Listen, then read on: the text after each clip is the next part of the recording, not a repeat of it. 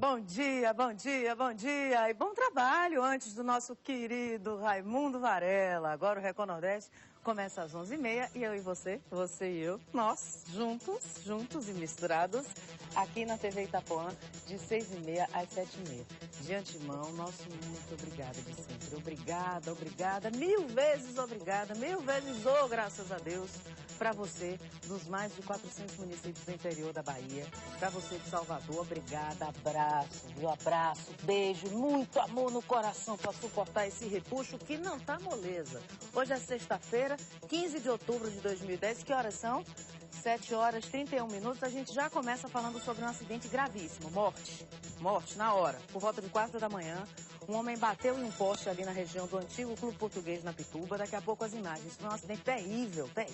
Você vai ver como é que ficou o carro. E ontem à noite teve mais um assalto a ônibus, que também terminou em morte. Foi na Avenida Tancredo Neves, uma das mais movimentadas. Veja o que uma mulher fez para se salvar. A reação foi me encostar, ficar num cantinho parada, né? A minha reação foi essa. Eu não corri, fiquei parada num cantinho, com medo de ser levada pela multidão, entendeu? Porque realmente as pessoas estavam bastante desesperadas mesmo. Né?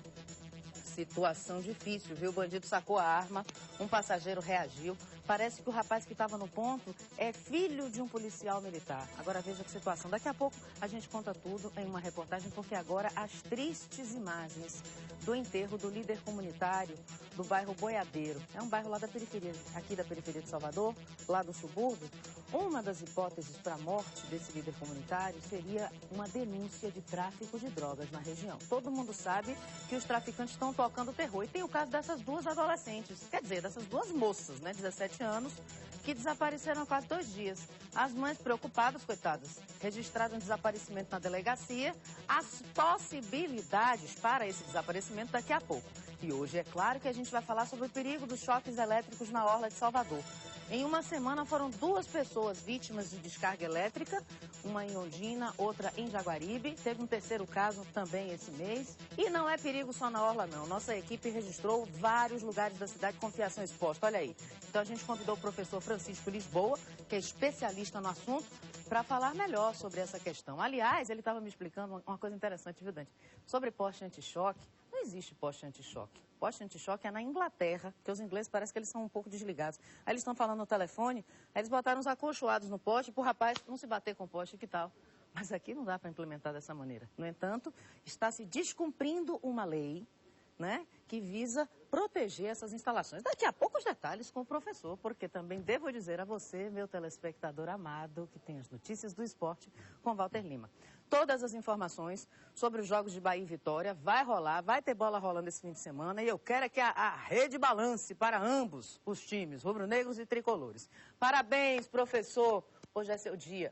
Parabéns a essa categoria esforçada, sofrida, que luta para conquistar os seus merecidos direitos. O número de professores que lecionam no ensino básico sem diploma de curso superior aumentou entre 2007 e 2009, segundo o censo do Ministério da Educação.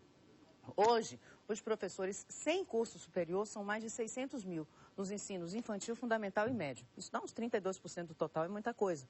Em 2007, eram 594 mil, ou seja, cresceu. E esse crescimento vai na contramão das políticas públicas que são adotadas nos últimos anos para tentar melhorar a formação dos docentes no país. Porque como é que uma pessoa que não tem uma boa formação vai formar alguém? Pela Lei de Diretrizes e Bases da Educação de 96, o Brasil deveria ter todos os seus professores de ensino fundamental e médio com curso superior.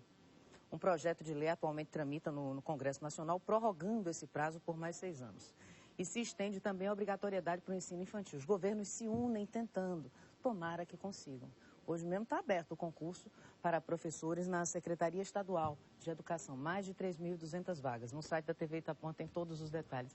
Agora as imagens ao vivo da torre da TV Itapuã, região do Dique do Tororó, para mostrar o trânsito. Ih, trânsito complicado, lento, na região do Dique, sentido Bonocô, fluindo com bastante intensidade no sentido contrário.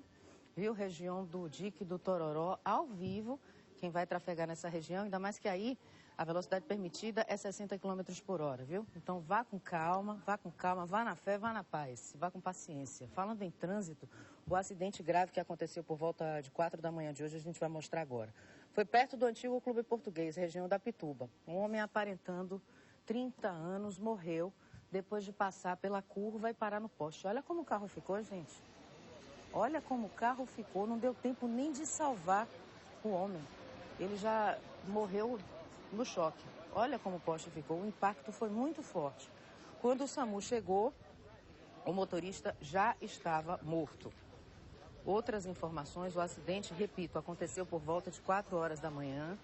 Conversei com o pessoal da Centel, da Transalvador, o registro foi feito por volta de 4h30. Então, todos os dados, todas as informações a respeito de mais esse acidente no itapuãonline.com. E também teve outro assalto a ônibus. Dessa vez foi na Avenida Tancredo Neves, uma das mais movimentadas. Aliás, ontem foram 5 assaltos a ônibus, só ontem. Foram 80 assaltos a ônibus, 81 em um mês. Mais de 600 o ano todo. Que tal? Outro aconteceu ontem à noite, terminou em morte. Um rapaz estava no ponto, levou um tiro. O nome dele é Cleiton.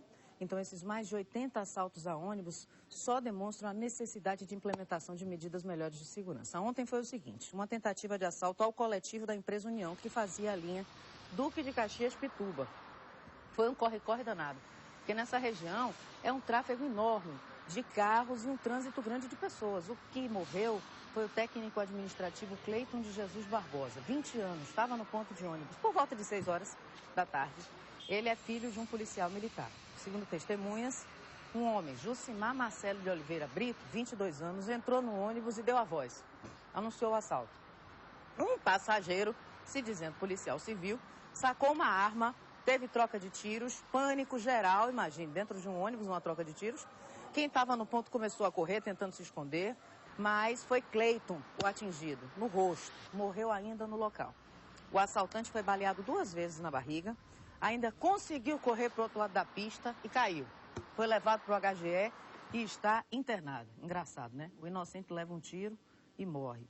O ladrão leva 2 e está internado. Parece que não corre nem risco de morrer. Que bom, não é? Mas para você ver como é a resistência humana, como são as coisas. Nenhuma arma foi localizada. A pessoa que reagiu também não foi identificada ainda. Eu queria ouvir agora, pode ser agora nesse momento, já? Uma testemunha que prefere não se identificar por motivos óbvios, contou o pânico que foi nesse ponto de ônibus. Vamos ver. Eu só vi o pânico das pessoas.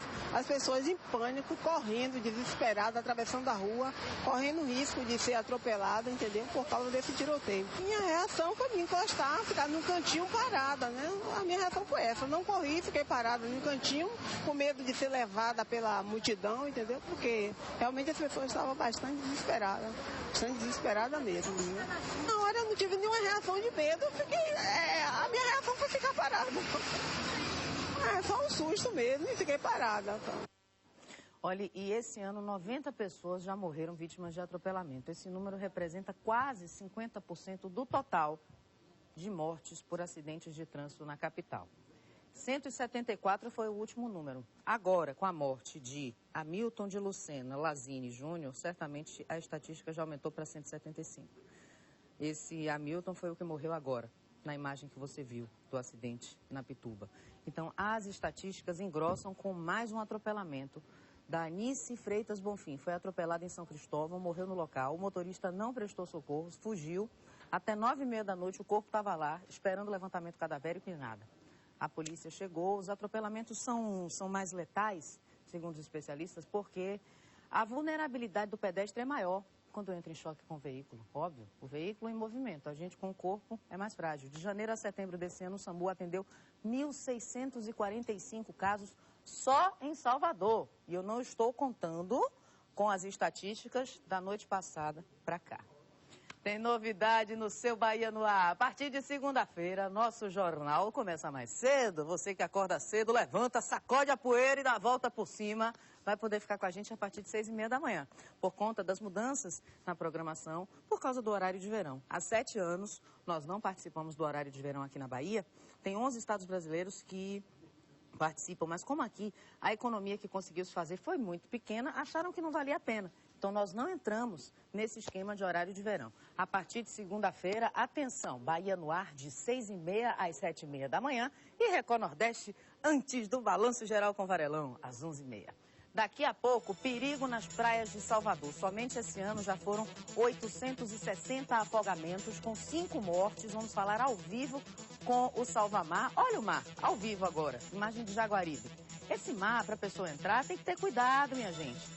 Tem que ter cuidado, porque é embaixo, a maré está aí em cima assim, e embaixo tem declive na areia. Daqui a pouco o Salvamar vai explicar tudinho, vai dar o número de salva-vidas disponíveis na nossa orla, enfim. Falando em praia, tem também agora, né, a novidade, o risco constante de choques elétricos na orla de Salvador. E não é só na orla, não. Vou dizer logo que é na cidade toda.